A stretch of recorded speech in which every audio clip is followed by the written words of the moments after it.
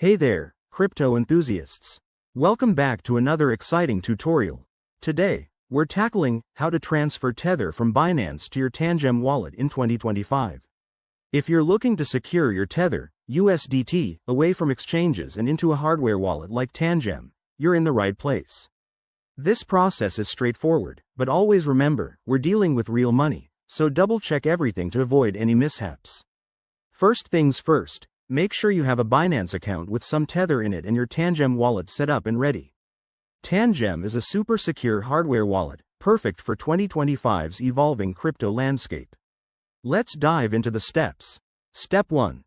Log into your Binance account. Head over to the Wallet section and select Spot Wallet, or Fiat and Spot, to view your assets. Find your Tether, USDT, balance there. Step 2. Click on Withdraw next to your USDT. You'll need to enter the withdrawal details. Now, open your Tangem wallet app or device. Go to the Receive section to generate a new USDT address. This is crucial.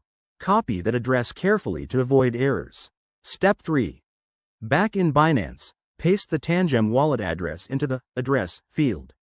Select the network. Make sure it's compatible, like TRC20 for USDT on Tron, as this affects fees and speed. Enter the amount you want to transfer, but don't go over your available balance. Step 4.